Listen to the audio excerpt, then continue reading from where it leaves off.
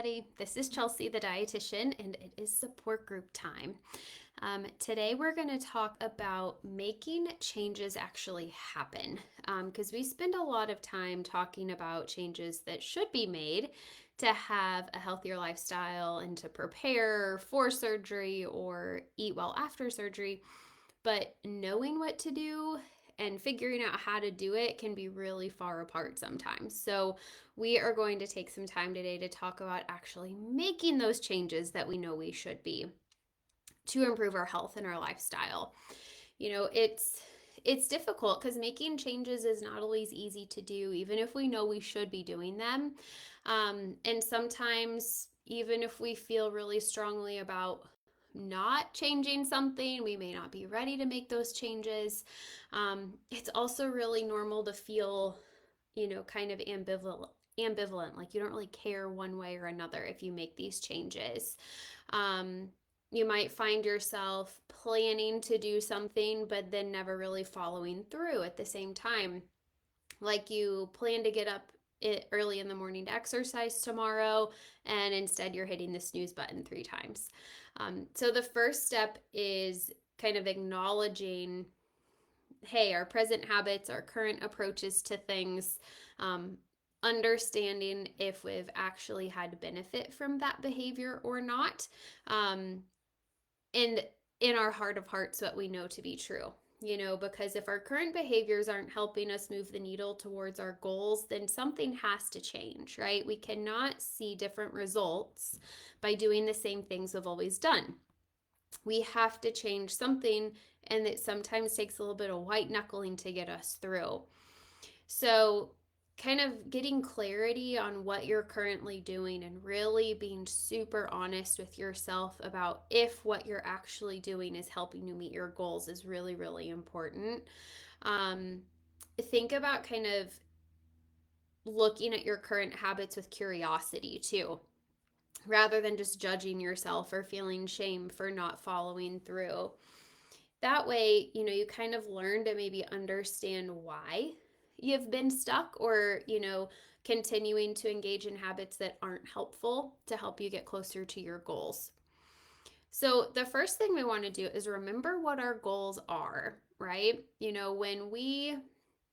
While weight loss is often kind of the first goal that we think of, what you want to do is kind of think beyond those numbers on this scale or just losing weight. How is losing weight going to change your life for the better?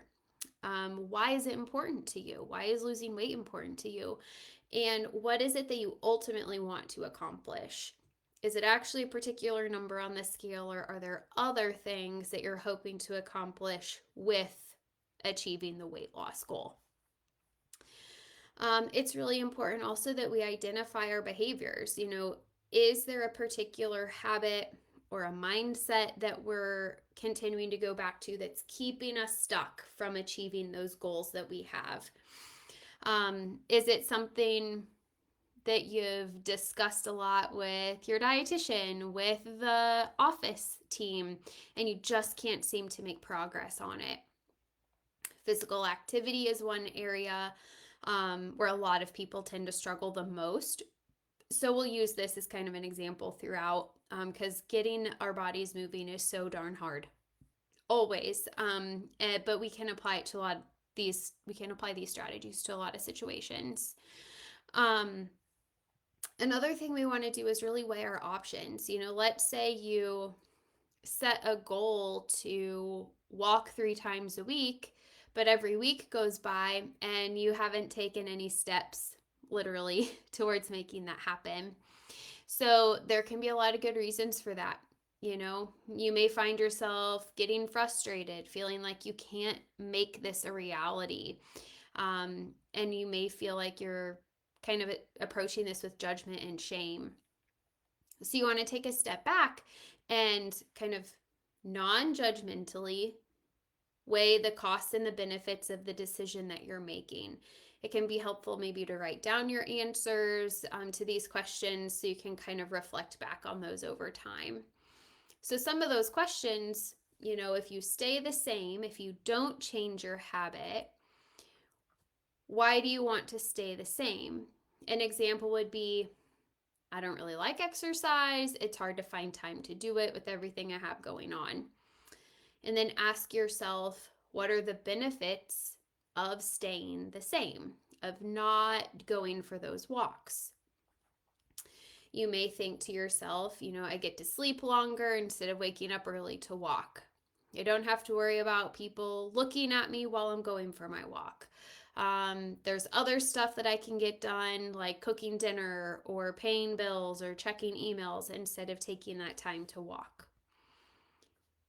Then ask yourself the question, why? What are my concerns if I do stay the same? So, what are my concerns if I don't start walking? You may think things like, we know that physical activity is important to our health. Everybody tells me that every day. I'm concerned that it's impacting my weight loss progress. I want to be more active than I currently am, so I don't feel so winded. But if I don't move forward, I'm never going to improve that. And then also ask yourself of any other thoughts or feelings that you may be having. I've tried so many times to get more active. I spend money on gym memberships or equipment or whatever, and I never use it. So why is this time going to be any different? Kind of thinking back to that, well, this is just how I am kind of mindset. So then kind of go through that same process if you are going to make the change. Why do you want to make the change? You may think, well, I've already lost some weight. I'm improving my eating habits. Maybe I'm hitting a plateau and I know I need to add activity in to kind of shift my body where it needs to go to help continue that progress. Ask yourself the question, what are the benefits of making the changes? I found out that, walking actually gives me more energy and it clears my mind and I have less stress. Maybe you find you really enjoy being out in the fresh air, especially after sitting inside at a desk all day or something like that. You may find that you feel like you're getting stronger. It's easier for you to keep up with your kiddos or your grandkids the more often that you're walking. Ask yourself the question too, what are your concerns about making this change? One example is, I don't want to give up some of the free time that I already have or adding another to-do onto the to-do list. I don't think I'll be able to stick with the commitment of walking 3 times a week because schedule is unpredictable. You may find in asking yourself this question that you're worried about, the walk is going to make you more tired, or maybe you have joint pain, or you won't have the energy to get other things done if you're expending energy for exercise. And then ask yourself other thoughts and feelings that you may be having about making this change. Some examples are, it might take some time to get up and moving. Might have to change my schedule to make this a consistent priority, but it makes me feel better. And if I see results, I know I'm going to keep it up. I don't have to get down on myself if I can't do it 3 times a week like I'm setting out to do. Sometimes life's unpredictable, but I can start out every week with this goal.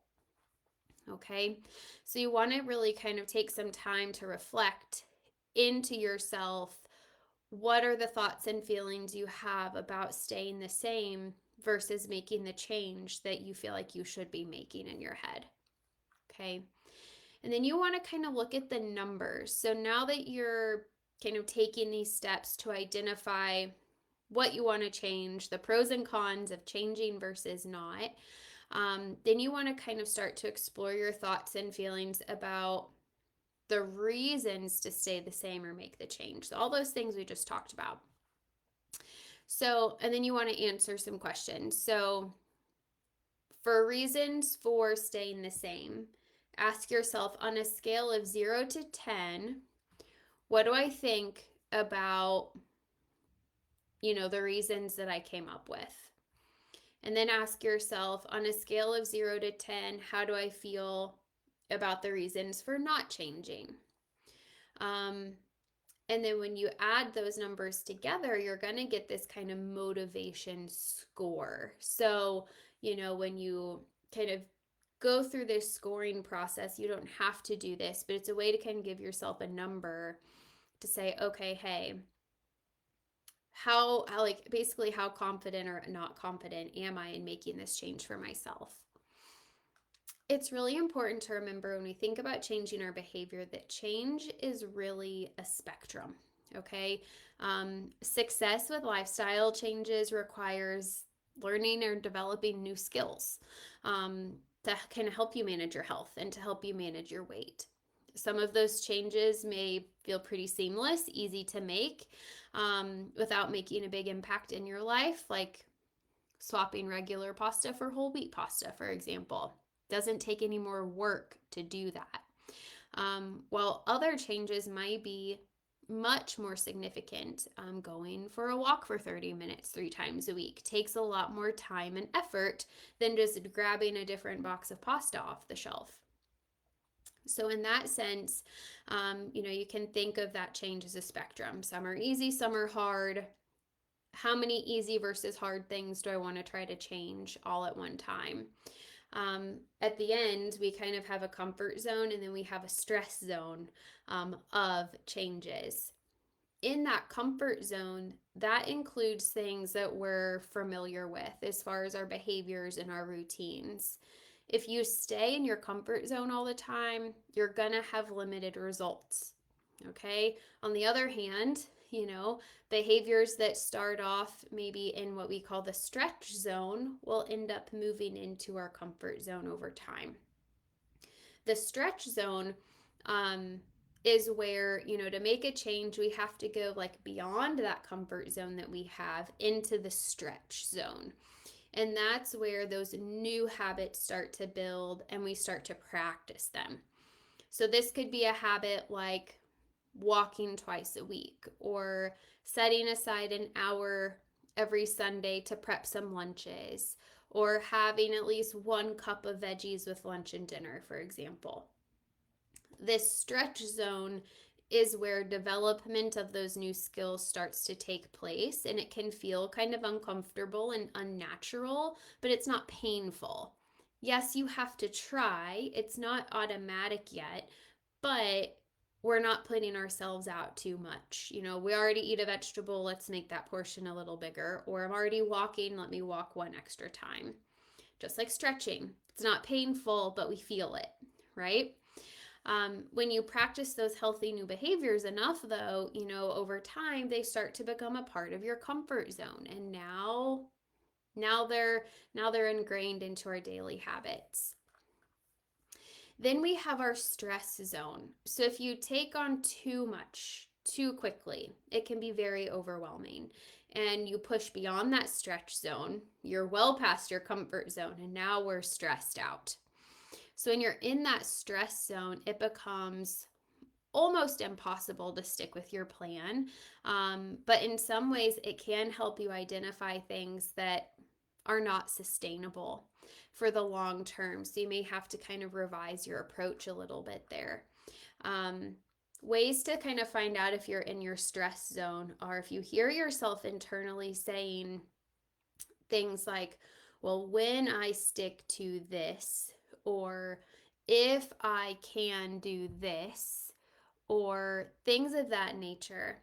I listen for those terms when I'm working with patients because that immediately is a red flag that tells me they're doing too much or this is not sustainable. Doing the most isn't worth it if you can't do it forever. You're so much better off picking smaller, more achievable goals that you can do over and over consistently rather than trying to do too much all at one time. Okay, so small, steady goals. You cannot get to the top step of the ladder if you don't start at the first one. So we want to try to avoid that stress zone. If you find yourself falling flat on your face every time you try something new, we need to scale it back a little bit.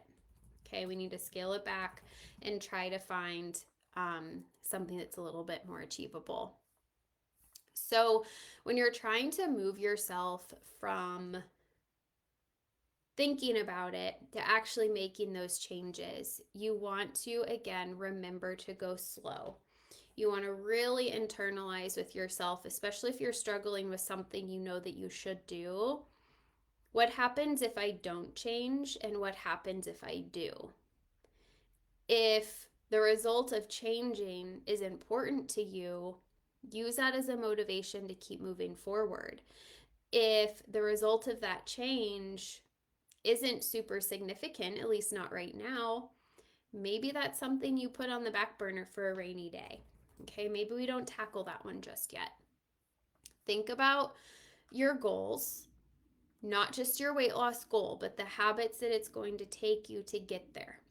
Okay, at the end of the day, that final number that someone ends up at is really a really small piece of the puzzle. What matters more is that trend over time, the changes over time, the improved lifestyle, the improved health. Those are all a part of these changes. Weight loss is the result of many, many, many behaviors that we all put together and do over and over. Um, so many times when I'm first working with a patient, I'll say, okay, tell me why you're here. I want to lose weight. And I'm like, nope, scratch that. That's the end result. Why are you here? And usually those motivators are actually health, movement, stability, flexibility. Those are the important things. And yes, we achieve those things by weight loss, right? But weight loss is the result of that behavior and lifestyle change. So you want to remember your goals, identify the behavior that you feel like you need or want to change, and then weigh those options. What's the difference between staying the same versus making the change? And is that difference enough for it to be important to you? And if it's not, do that later, unless you have to do it for surgery. There's certain things you kind of just have to do depending on the time frame. But really sit with your feelings and your thoughts. What's keeping you stuck? Why is it so hard? And when you get into making those changes, look at your numbers. How motivated are you to make that change? If you ask yourself on a scale of 0 to 10, do I think I can make this change? And it's a 2, you're not ready. You're not ready to make that change yet. You might have to take some other action steps to actually prepare for the change that you need to make. Okay, so remember that new lifestyle, better lifestyle comes with getting out of that comfort zone. We got to at least get to the stretch zone, but we want to avoid stressing ourselves out too much. Doing too much too fast is never the right answer. We got to take it slow, make slow, steady changes over time, and that will pay off.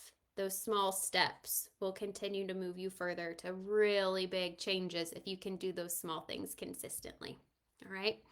So, in the comments, I would love to see you guys communicating about what some of your challenges for change have been recently, or what's on your mind. What do you know you should change and you're really struggling to get done? And bring those up with your clinicians, bring those up with your dietitian at visits. How can we help support those changes that maybe you're feeling stuck with? Let's help you break those things down. Break them into bite-sized pieces that are doable. Get rid of that all or nothing mindset, because that's only keeping us stuck. Okay? All right, awesome. Well, I hope you all have a great night. Be sure to check the YouTube channel for past groups with myself and Maggie, and we'll be back in a couple weeks with another support group for you all. So have a good evening. We'll see you soon. Bye-bye.